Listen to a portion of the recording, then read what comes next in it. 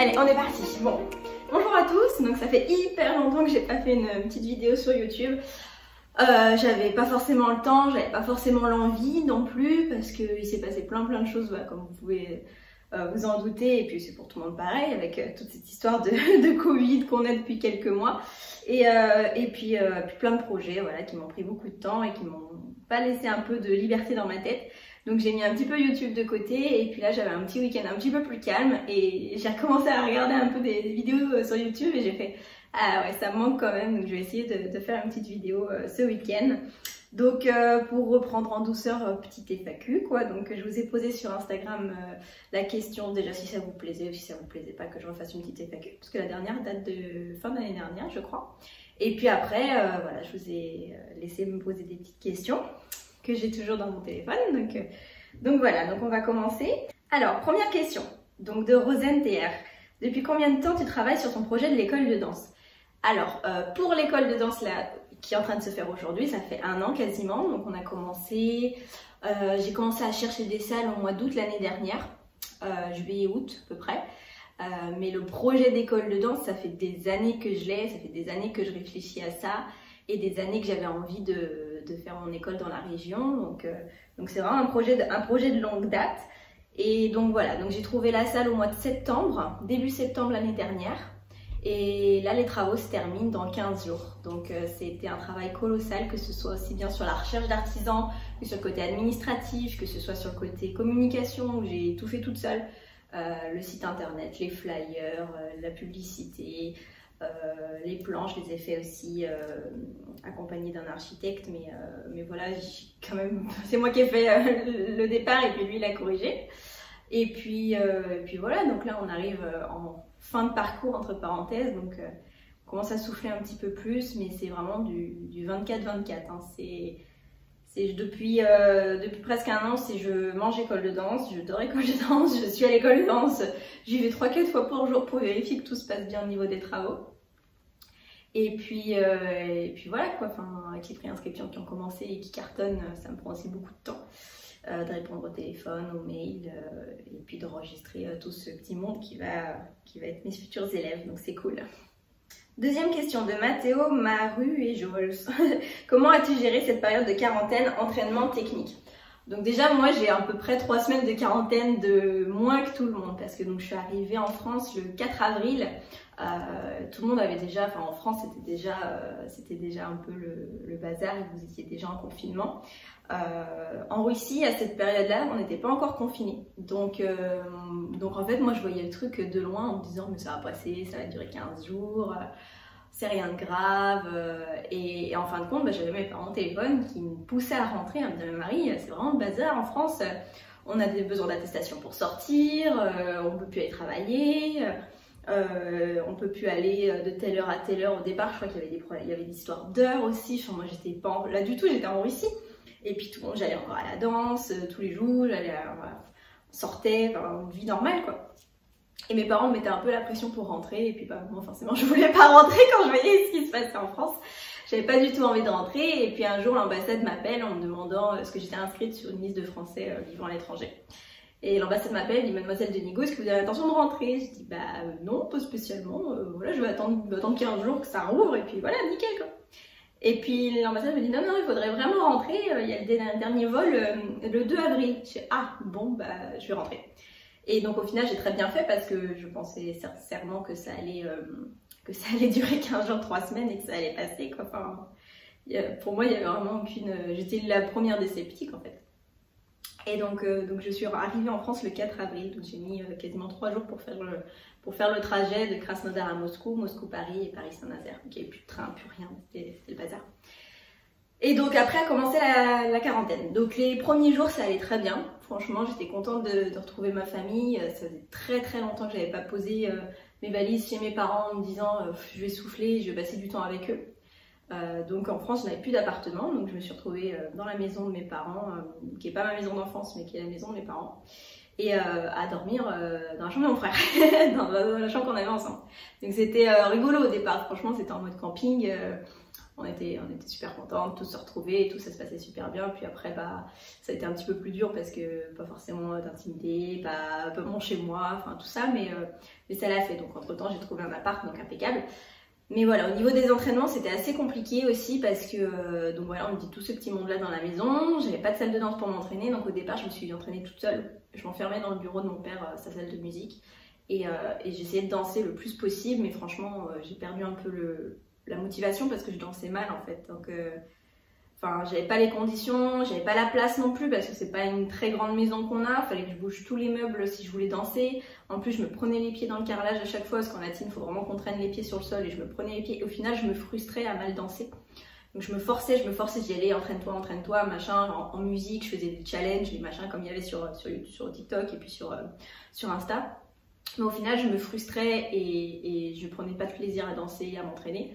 Donc j'ai gardé que la préparation physique qu'on a maintenue avec ma prof de Russie. En fin de compte, on a une coach en Russie avec Nico, Vika, qui nous entraîne 3 fois par semaine. 4 fois, c'est rare, hein, 3 fois par semaine. Donc poids de corps, même maintenant on a commencé les haltères, les élastiques, machin, tout ça. Et en fait, on a continué et on continue encore 3 fois par semaine à faire des exercices en visio. Donc c'est-à-dire que Nicolas, il prend sa séance en live avec Vika. Et moi, je suis en FaceTime et donc elle me donne les exercices et machin. Et donc 3 fois par semaine, on avait quand même une bonne grosse séance de renforcement musculaire, machin, tout ça. Et puis donc j'ai mis un petit peu la danse de côté parce qu'au final, je me suis dit, bon, si je danse pas pendant 1 mois et demi, 2 mois, c'est pas la mort. Hein. Ça fait 17 ans que je danse quasiment tous les jours. Et puis là, au final, avec l'école de danse qui me prenait, pareil, 7-8 heures de mon temps par jour, au final, j'arrivais pas à être efficace partout. Et j'avais pas envie surtout de pas prendre de plaisir et de me dégoûter juste avant l'ouverture de l'école de danse, quoi. Donc j'ai pris cette édition-là, mettre un petit peu les entraînements de danse de côté. Et j'ai découvert d'autres choses. Je suis allée prendre des cours de jazz parce que ma cousine aussi est professeure de jazz. Donc je suis allée prendre des cours de jazz avec elle. J'ai appris d'autres styles de danse en fait. Et donc j'ai mis un petit peu les latines de côté, mais là ça commence, là depuis un petit mois ça commence sérieusement à me manquer, en fin de compte, une connexion, même les musiques de danse, enfin j'écoute quasiment plus que des musiques de danse dans ma voiture parce que ça me manque trop. Et puis de danser avec un partenaire quoi, franchement ça me manque trop. Donc même s'il y a des petites soirées salsa qu'on repris dans le coin et tout, j'ai beaucoup d'amis du côté de la salsa ici, mais c'est pas pareil quoi. Là j'ai qu'une envie, c'est de me retrouver dans ma salle, dans l'école de danse avec Nico et de mettre une rumba, une samba, quelque chose et puis de bouger parce que là ça devient long. Mais c'est une petite pause qui a pas fait de mal et qui m'a permis de bien me concentrer sur l'école de danse. Voilà.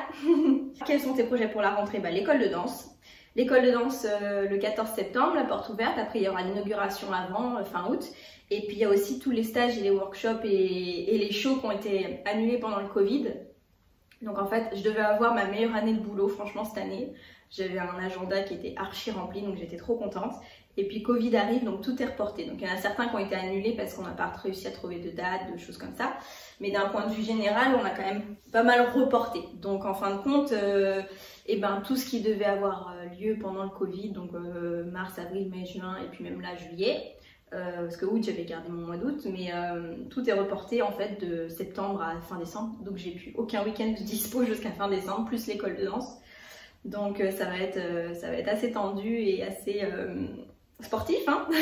Mais franchement ça va être cool parce qu'après après autant de mois sans enseigner, sans voir le public, sans être dans l'action, quoi, ça va faire du bien. Voilà. Une autre question de May Heart Dreams.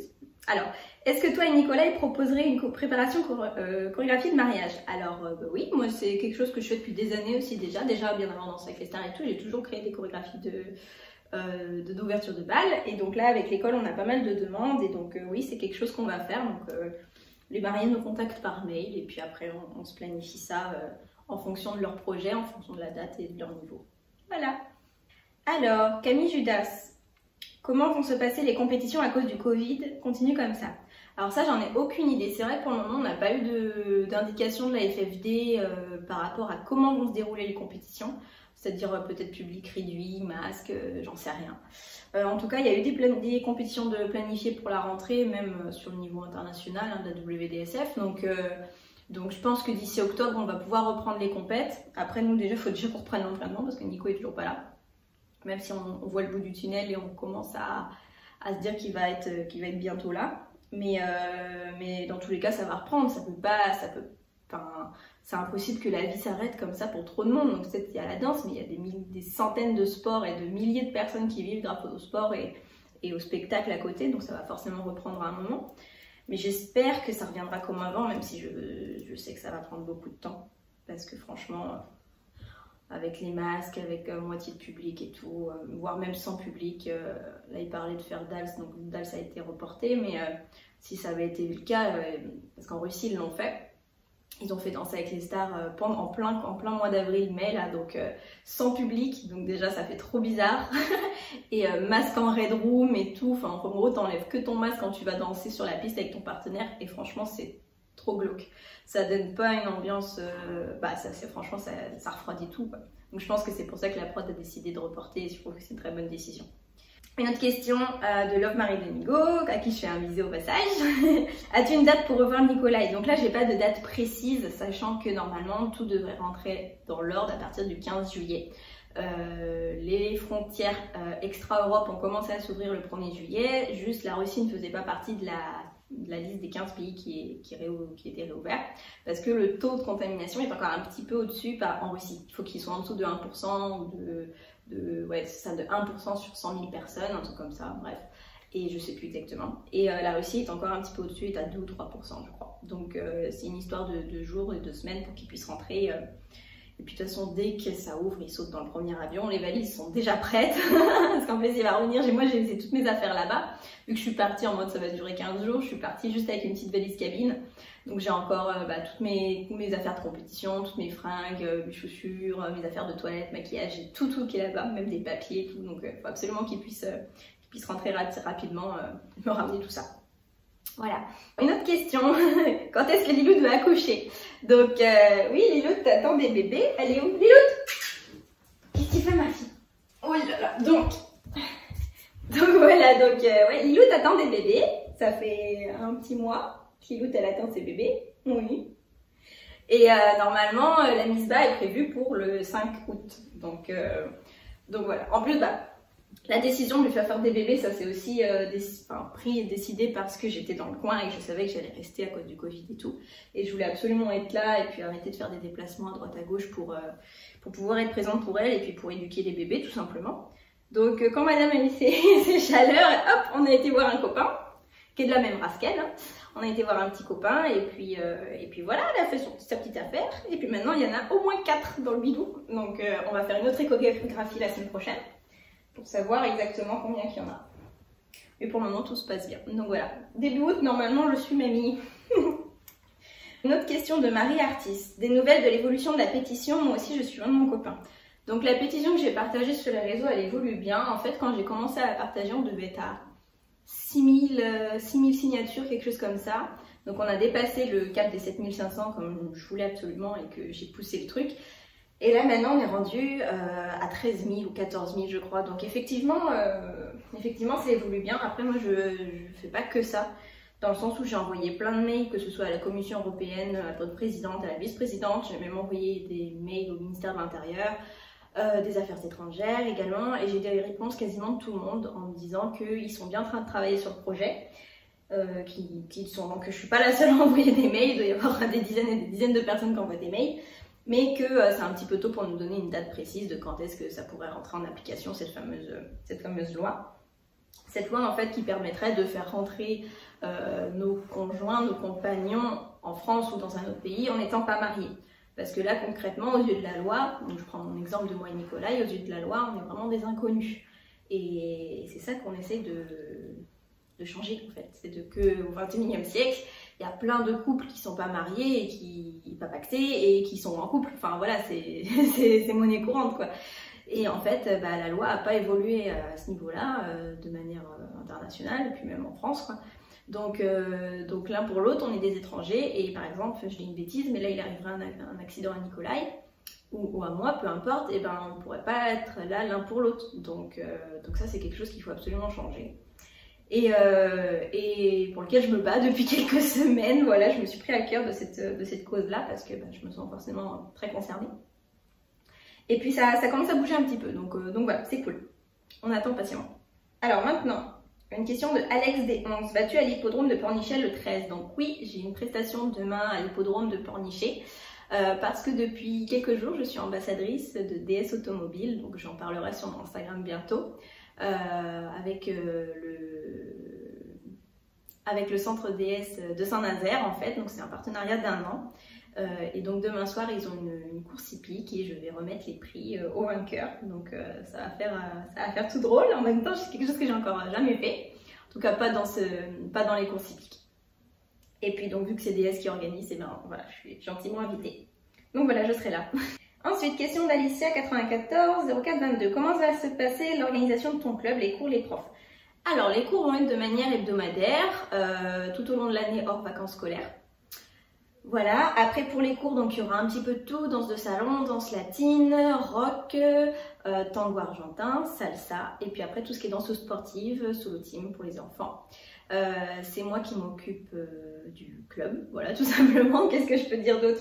Ah oui, au niveau des horaires, donc moi je vais donner mes cours du mardi au jeudi, donc mardi, mercredi, jeudi, de façon à avoir quand même mon lundi et mon vendredi pour partir en compétition. Parce que ouais, ça c'est une question que j'ai eu aussi. Est-ce que je continue la compète avec Nico? Donc oui, il nous reste encore 3-4 ans maximum. Donc oui, on va garder la compétition. Donc c'est pour ça que je me suis organisée sur mon temps de travail pour pouvoir être présente toutes les semaines à l'école de danse, ça j'y tiens, et pouvoir partir quand même à l'étranger le week-end en fait. Donc voilà. Et puis après, pendant toutes les vacances scolaires, donc Toussaint, Noël, avril, février, et puis vacances d'été, je pense que l'école sera fermée, ça c'est sûr, comme dans beaucoup de sports, et nous on part en Russie prendre nos cours. Voilà. Allez, on fait une petite dernière et après je vous laisse. Un truc un petit peu plus personnel et un petit peu plus joyeux. Une question de Sarah MCRPS. Quel est le voyage de tes rêves? Alors le voyage de mes rêves, ce serait quelque chose dans les îles que j'ai fait un beau voyage aux Philippines.